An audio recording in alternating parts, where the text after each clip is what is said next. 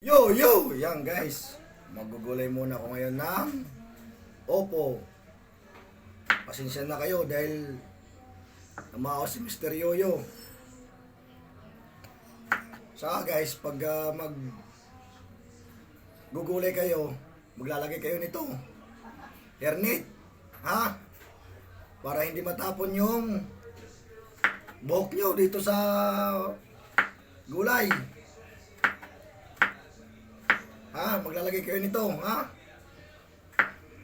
Tsaka lalong sasarap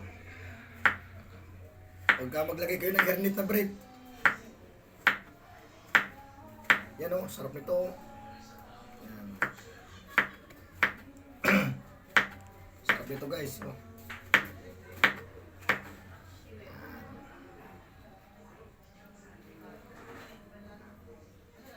Tsaka with Century.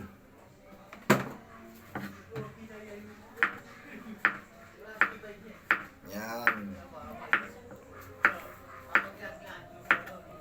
Sarap niyan guys.